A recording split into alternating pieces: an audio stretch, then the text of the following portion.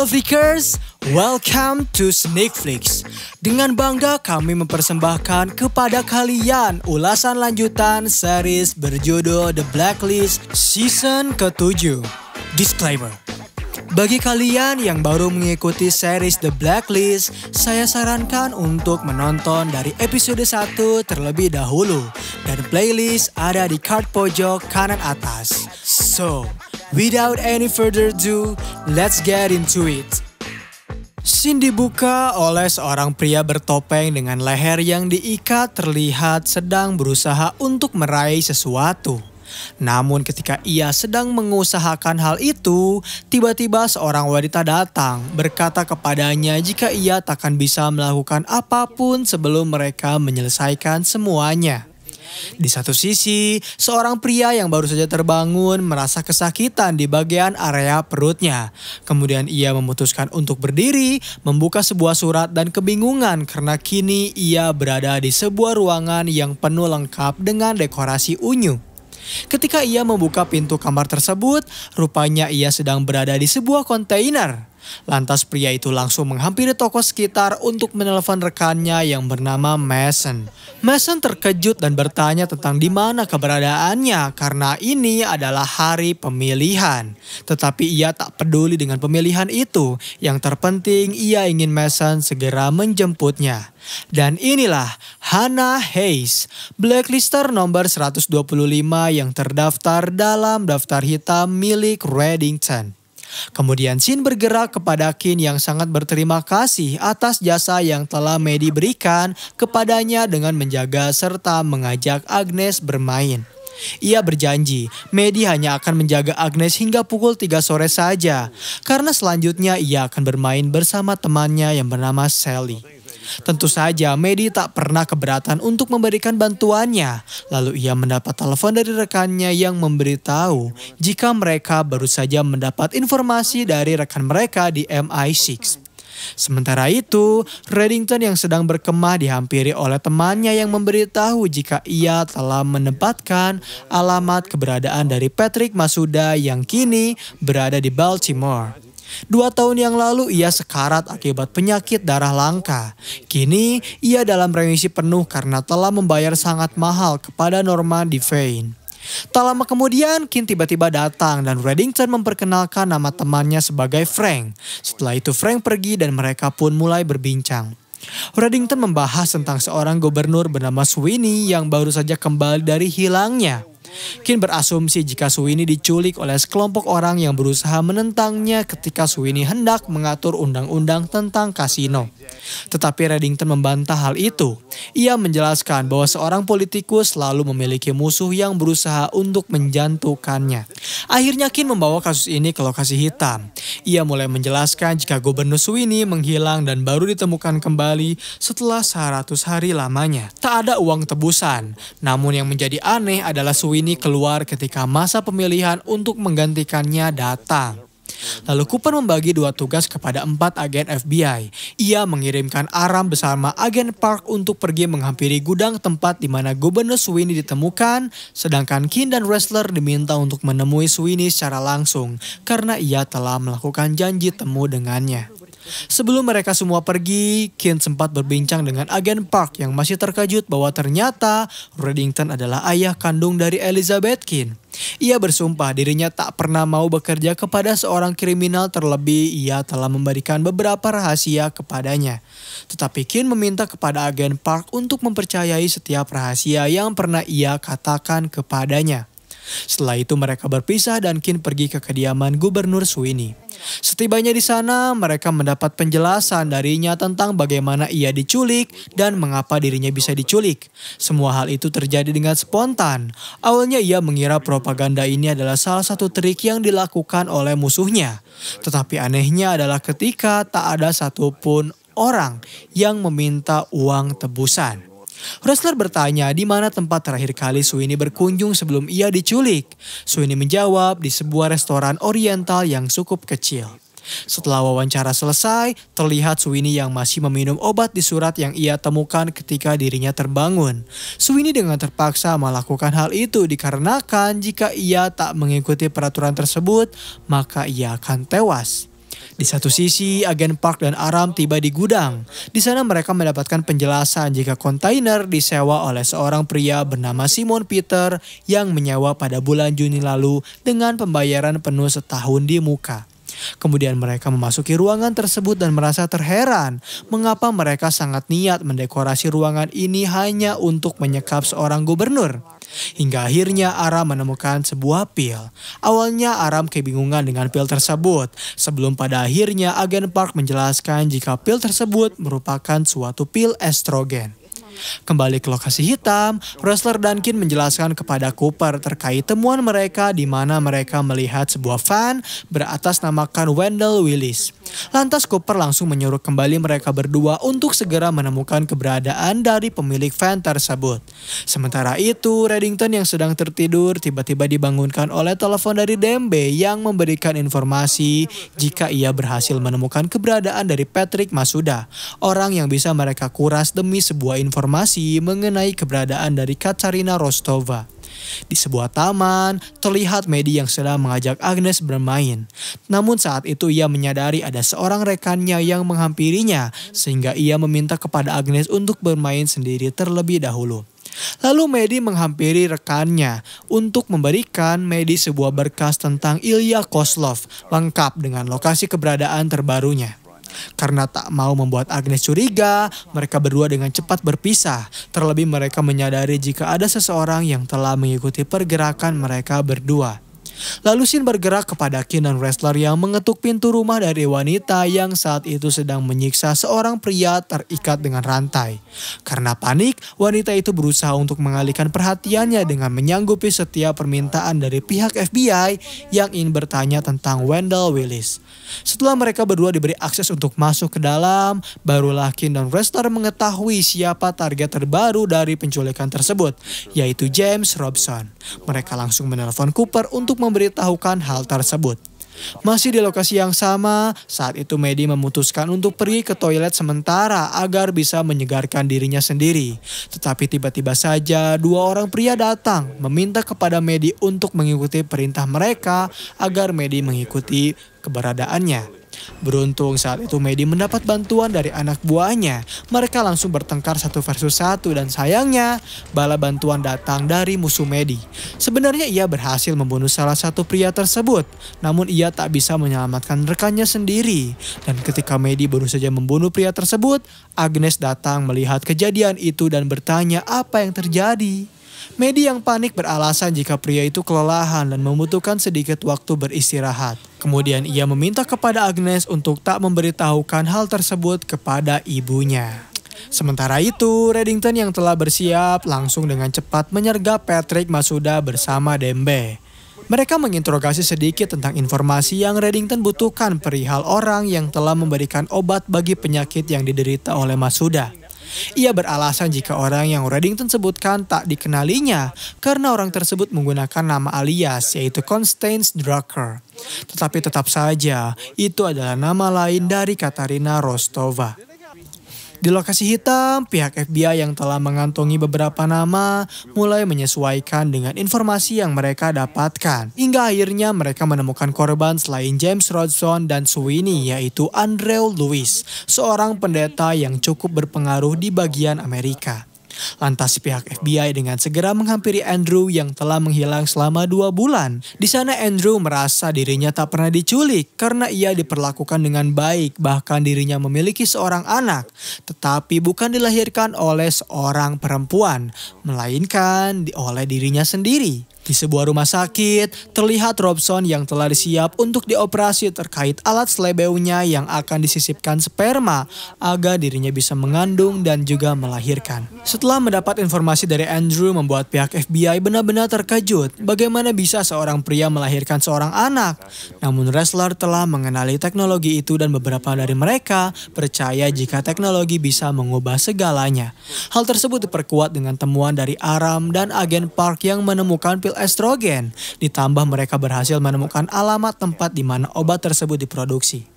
Kembali kepada Reddington yang masih menginterogasi Masuda. Di sana ia menjelaskan jika ketika ia masih kecil dan sedang menonton televisi, seorang wanita datang menghampiri keluarganya, menjanjikan sebuah kehidupan yang sangat bisa menopang masa depannya setelah kedua orang tua Masuda tewas. Dan memang benar, orang itu mengirimkan dokter khusus yang menangani dirinya untuk berobat. Di satu sisi, Medi yang terlihat lelah menghampiri rekannya untuk memberitahu jika ia mendapatkan apa yang mereka butuhkan.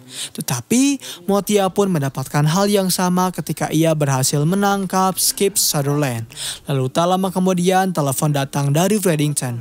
Sebuah sapaan hangat bagi Medi yang energinya telah terkuras cukup banyak.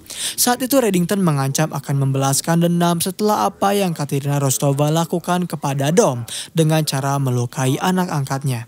Saat itu Katarina memohon kepada Reddington untuk tak melakukan hal itu karena Masuda tak terkait dengan semua ini.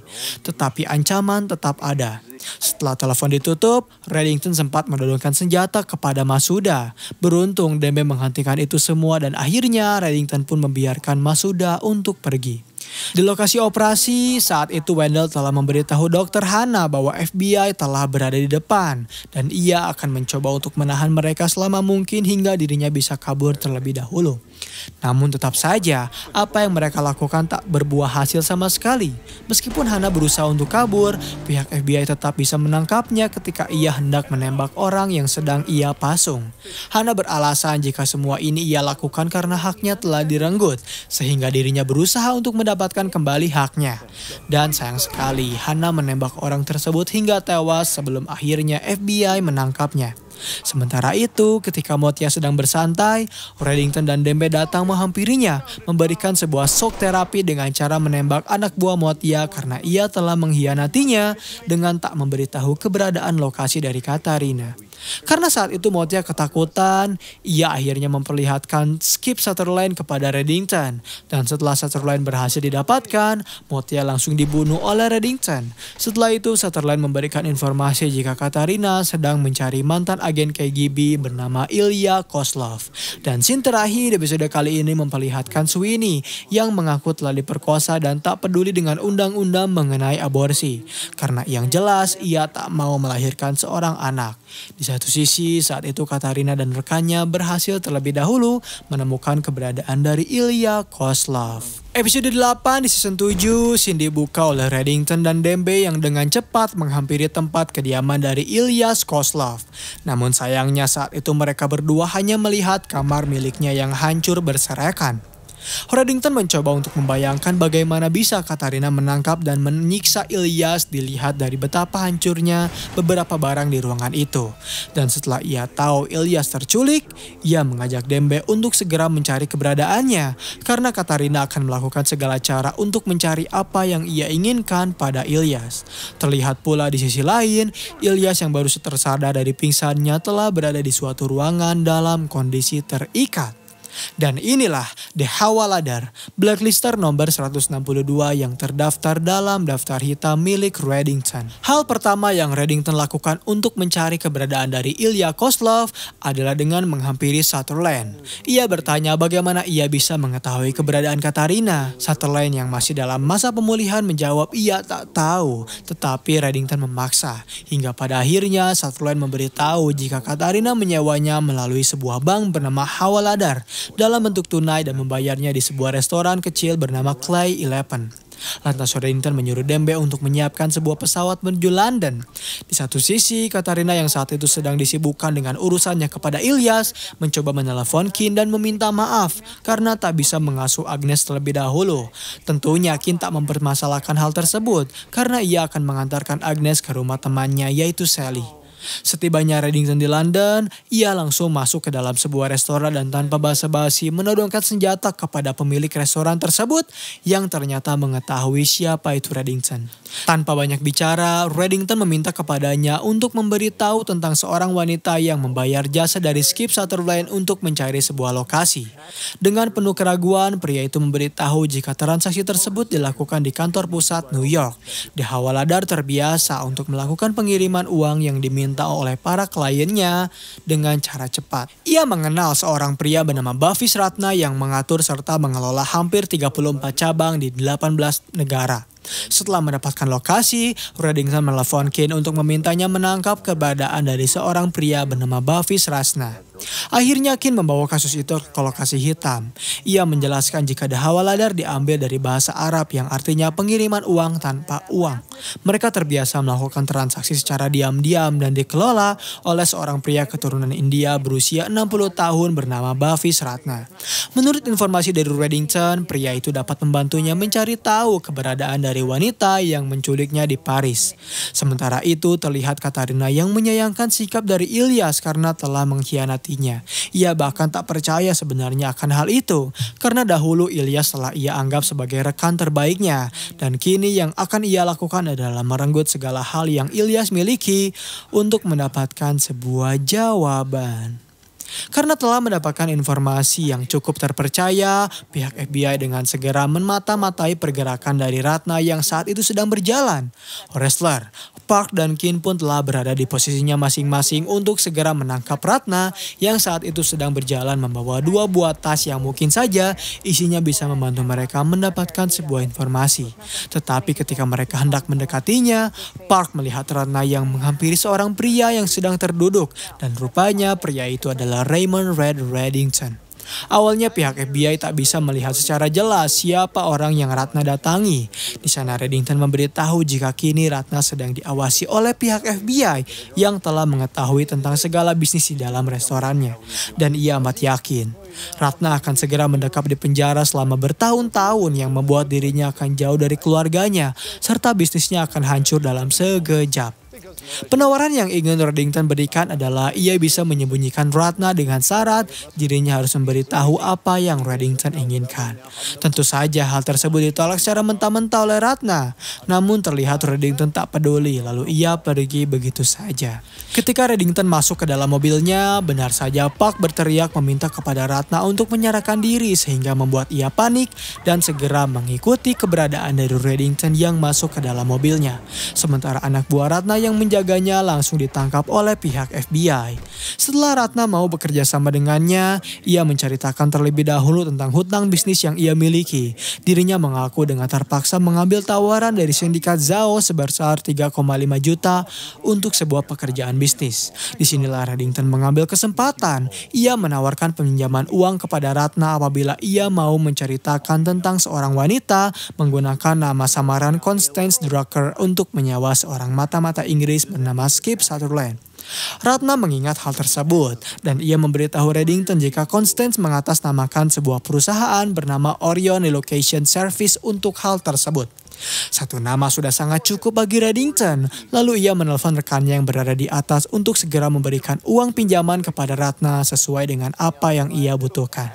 Di tengah perjalanan, Reddington diprotes oleh Cooper karena ia mengambil terlebih dahulu orang yang seharusnya pihak FBI tangkap. Padahal Reddington sendiri yang menginginkan pria itu untuk ditangkap. Reddington menjelaskan, kali ini situasi sangat mendadak. Rekan pentingnya baru saja diculik dan ia membutuhkan orang tersebut untuk menyelesaikan semua misi kali ini. Kini ia mendapatkan informasi tentang sindikat Zhao yang memindahkan uang sebesar 3,5 juta. Zhao menyewa sebuah organisasi kejahatan bernama Eli Atticus yang terkenal akan ekstrasinya yang selalu berhasil meloloskan beberapa target tinggi di penjara. Menurut informasi yang ia dengar, akan terjadi pembobolan yang tentunya diikuti dengan pertumpahan darah. Sementara itu, ketika Katarina sedang berdebat dengan rekannya perihal orang lain yang ingin Katarina sewa untuk menginterogasi Ilyas sendiri justru berhasil melepaskan ikatan yang mengikat dirinya. Setelah mendapatkan informasi dari Reddington, pihak FBI dengan cepat mencari informasi tentang Eli Atticus.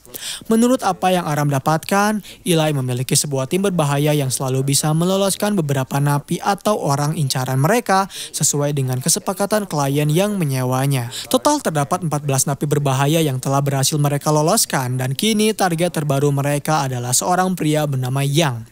Setelah mendapatkan informasi, Cooper langsung menyuruh agennya menelepon beberapa tim yang dapat membantu mereka menahan pasukan Eli untuk mengeluarkan Yang dari rumah sakit. Setibanya mereka di rumah sakit, wrestler Kin dan Park langsung berpencar. Tetapi sayangnya ternyata hari itu adalah hari di mana pasukan Eli datang. Mereka terlambat karena pasukan Eli bergerak dengan cepat. Mereka bahkan bisa dengan mudahnya mengambil Yang dari rumah sakit setelah melumpuhkan beberapa penjaga. Bahkan mereka juga bisa melumpuhkan wrestler setelah salah satu anggotanya menyuntik wrestler hingga ia tak berdaya. Di satu sisi, saat itu Reddington meminta bantuan kepada Glenn untuk mencarikannya informasi tentang Orion Relocation Service. Tetapi Glenn saat itu selalu menunda-nunda permintaan dari Reddington, entah itu dengan cara memakan sandwichnya terlebih dahulu atau menelpon rekannya yang ingin membeli sebuah jus. Padahal saat itu Reddington meminta kepada Glenn untuk serius terlebih dahulu, karena kini nyawa dari rekannya sedang dalam bahaya. Terlihat pula Ilyas ternyata berusaha untuk membunuh dirinya sendiri dengan cara menggantung lehernya. Beruntung saat itu rekan dari Katarina berhasil menyelamatkannya terlebih dahulu dan Katarina menyesali perbuatan dari Ilyas yang rela tewas untuk melindungi Reddington darinya.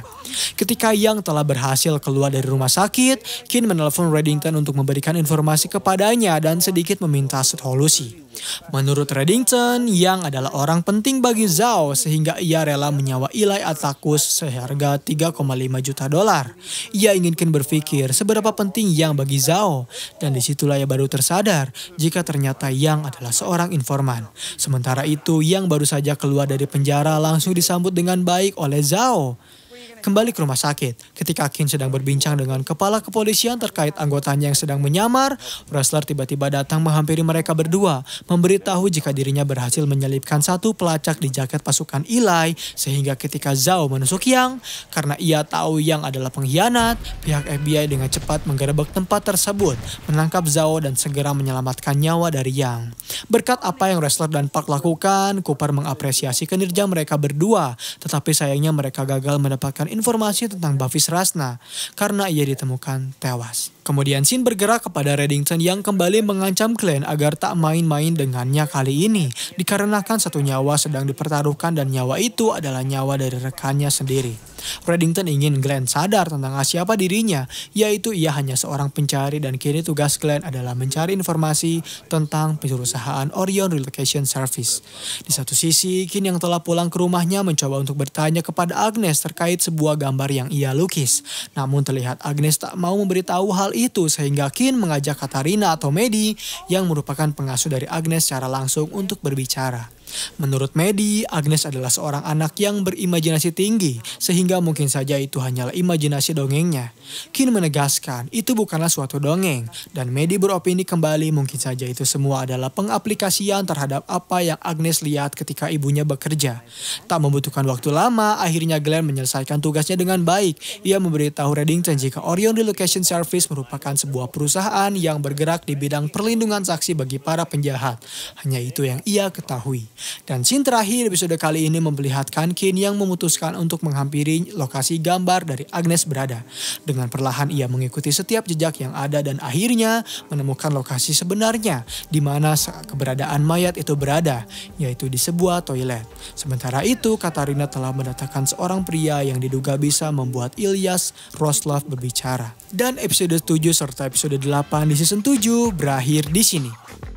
Terima kasih telah menonton video pembahasan dari The Blacklist di episode kali ini. Bagaimana tanggapan kalian? Komen di bawah untuk rekomendasi film atau seri selanjutnya. Klik tombol subscribe untuk mengikuti perkembangan channel ini. Dan klik tombol like jika kalian menyukai video pembahasan kami. Dan sampai berjumpa kembali di episode selanjutnya.